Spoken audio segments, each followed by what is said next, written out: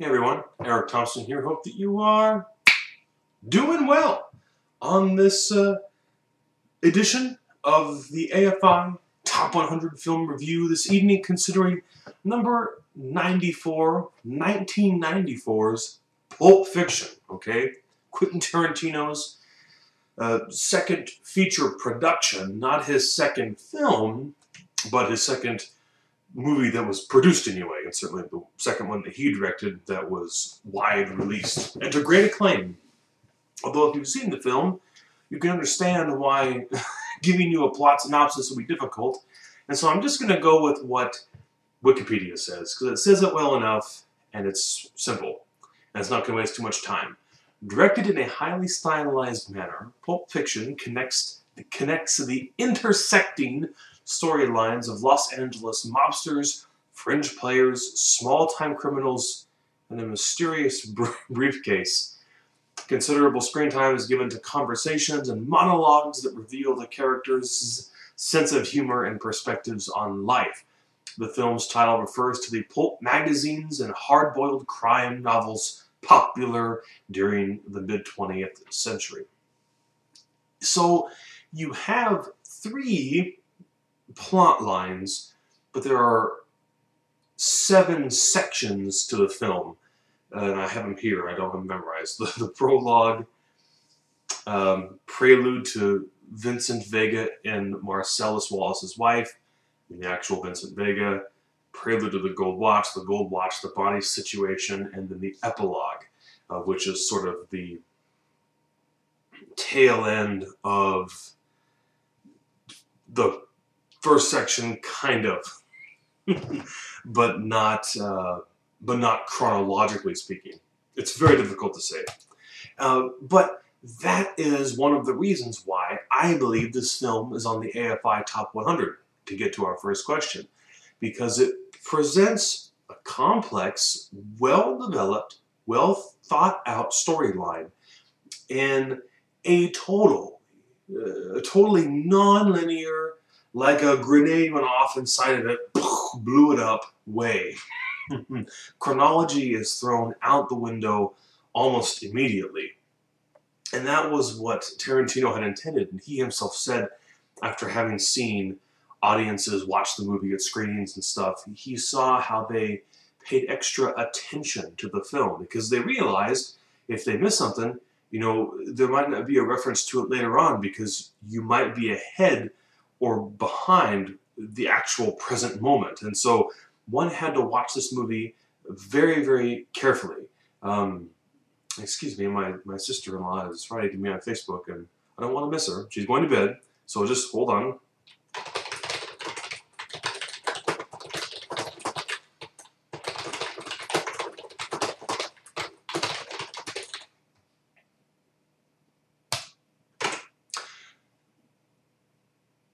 So that, among other reasons, why it is on the AFI Top 100, because of the very unique production, okay?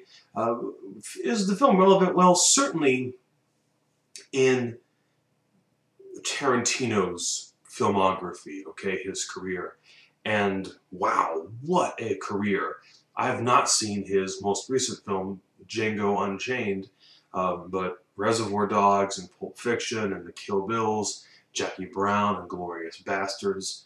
Wow, wow, wow. And especially his legacy now as a producer, working with other directors and that kind of thing. He's becoming more and more prominent in his own niche. So Pulp Fiction, some would consider his his greatest work. And I would say it's probably his most universally heralded work, the one that people like the most. There are just some fun little things about the film that I think are really interesting. One is that there's no score to this movie, even though you're always listening to music. And so, indeed, all of the music in the film is soundtrack, but no composer was employed to write music, you know, to actually compose music for this film. It's all surf songs, surf rock and roll and pop music and all of that. I think it's just very unique that someone would take that approach, especially with the way that music speaks so strongly in certain kinds of music. Indeed, as Wikipedia mentioned, incredibly stylized, which not only we see over and over again in his other films, as we did in Reservoir Dogs. So this is just a confirmation of his style. It's not like other directors who, you know, make a video or make a film and then they depart from that style for the next film and they try it, they go back to it or whatever. You know, we see Reservoir Dogs, Tarantino did it his way, he did it again, and then he kept doing it for all the rest of his films. And so Pulp Fiction was sort of a way for Tarantino to tell the whole world, this is who I am, this is how I make movies. And he did it unapologetically. Just as a warning, if you've not seen this film, I do want to recommend it to you, but I want to caution you to be careful. One, this is not a movie for kids, very adult in all respects. The internet disagrees on this, but apparently the F word is used 265 times in this film. Excuse me. I saw 271, and I also saw 140. I'm thinking 225 to 250 is pretty dependable, so just be ready for that when you get into this film. That was his choice stylistically, okay? And coming off of that, among other things I could say about it, is, you know, divinity. And that is one of the challenging elements of this film, is that for a movie that's so aggressive and stylized and gory and rough around the edges, you know, can we find divinity? Well, I want to talk about two things. The first is that a lot of people will reference the scene in which Vincent and, I don't want to get the names wrong, I'm so sorry, I'm tired. Where is the cast list? Vincent and Jules, you know, are going up to get this guy in this apartment, and they come in and you know, they shoot a bunch of guys, they kill a bunch of guys, and this guy comes out of the bathroom who they had not seen before, and he just unloads on him. He's got a pistol, you know, and he shoots all of the rounds out. And they kill him, but they look behind themselves and they see all the bullet holes on the wall behind him, and they were standing right in front of where the bullets should have gone, you know. And so they have this discussion about, was it a miracle, the presence of God, all these things. And so that's often referenced as the religious scene. I understand that, I get that. And for me, what I find to be powerful about this film is what happens sort of after that, more or less. Later on in the film, really at the end of the film, the way it's laid out, not chronologically speaking, but the end of the film, the way it's laid out, Jules is in this diner, and these two people, Honey and, or Pumpkin and Honey Bunny, they hold up this diner and they threaten him, you know, because he has this briefcase that his boss, you know, wants to be kept safe. And so they threaten him for the briefcase. And, you know, he's got his hand on his gun. It's right there. And he could blow these guys away at any moment. And he tells them, it's like, look, this is what I do. I could waste you right now like that. But I'm a changed man. Some things have happened in my life recently. He's referring to the bullets not going through him, but apparently going, you know, well, going through him, but not piercing him, not killing him. He cites this and saying, look, some things have happened to me, and I'm a changed man. I'm going to walk the righteous path. And they sort of back away, and they just take his money or whatever it is. Or however that scene goes. I don't remember, I'm sorry. He's changed. He's changed. He becomes a new person because of this encounter with what he perceives to be divinity, okay, the presence of God. Just this past weekend, Tori and I were on retreat at St. Meinrad's Arch Abbey Church in Indiana, and as part of this retreat, a couples retreat for marriages, we talked about how transformation comes through many experiences, and how you meet transformation with acceptance. And so for Jules in Pulp Fiction, he has a transformative experience. Vincent does not agree. He does not perceive the moment as being divine, just chance, fate, luck, whatever. But for Jules, something happens to him. Something happens in his life that turns him around. We see this in the Bible all the time, especially with those who have their name changed by God in some fashion. In the Old Testament, you have Abraham, whose name was Abram. Then he sacrificed his son, or was about to, before God's angel stopped him. And then God said, "You're Abraham now." Stop! I was just rewatching the video, and I realized that I misquoted there. Please excuse me. Abram's name was not changed to Abraham because of the incident with his son Isaac. Indeed, I'll read it to you just straight, Genesis 17. When Abraham was 90, the Lord appeared to him and said, "I am God Almighty."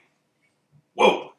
"Walk before me faithfully and be blameless. Then I will make my covenant between me and you and will greatly increase your numbers." Abram fell face down. He was very scared. And God said to him, "As for me, this is my covenant with you. You will be the father of many nations. No longer will you be called Abram. Your name will be Abraham. For I have made you a father of many nations. Father Abraham had many sons. Many sons had Father Abraham. I'm one of them, and so are you." And now let's go back to the review. Jacob became Israel. Okay? Simon, in the New Testament, becomes Peter. Saul becomes Paul. Because of their experiences with God. Those divine moments that not only transform their lives, but so impact them that they have to change their names. They have to start all over and live a new life, just as Jules lives in Pulp Fiction because of the experience that he had, not getting killed, not getting blown away by that unseen gunman. So a simple reflection, but for me, one that plays out often in life, maybe in yours too, where you've had a moment when you came into contact, not necessarily with a divine force or a divine power, but just had a powerful moment in your life and you felt the change, the transformation take place. And you walked away from that experience being quite changed indeed.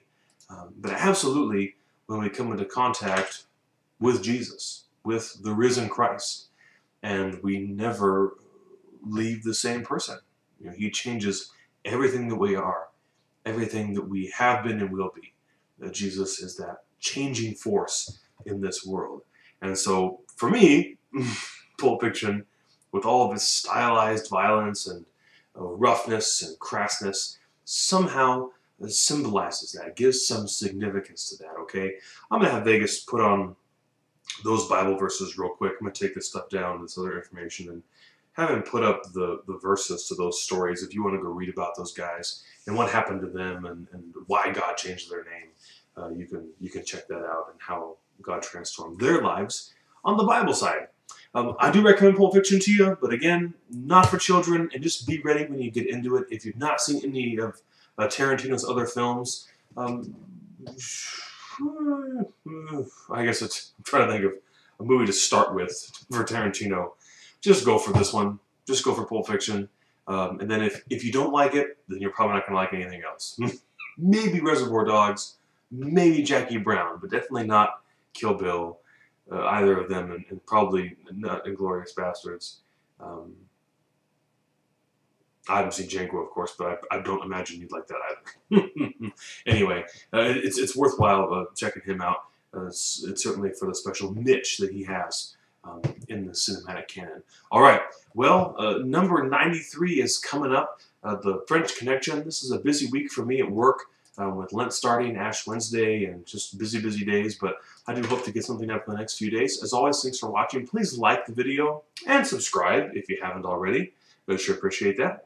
Not that you have to, not that it really matters, but that's what YouTubers say, and I'm trying to fit in with the crowd. Also, a little tiny goal, last thing, let's see if we can hit 5,000 views by Easter. Is that possible? I think we're only a couple hundred more off. So that'd be cool if we could just do that little accomplishment. I don't even think it's an achievement. I guess it is. I don't know. All right, friends. As always, thanks for watching. Take care. Bye. There.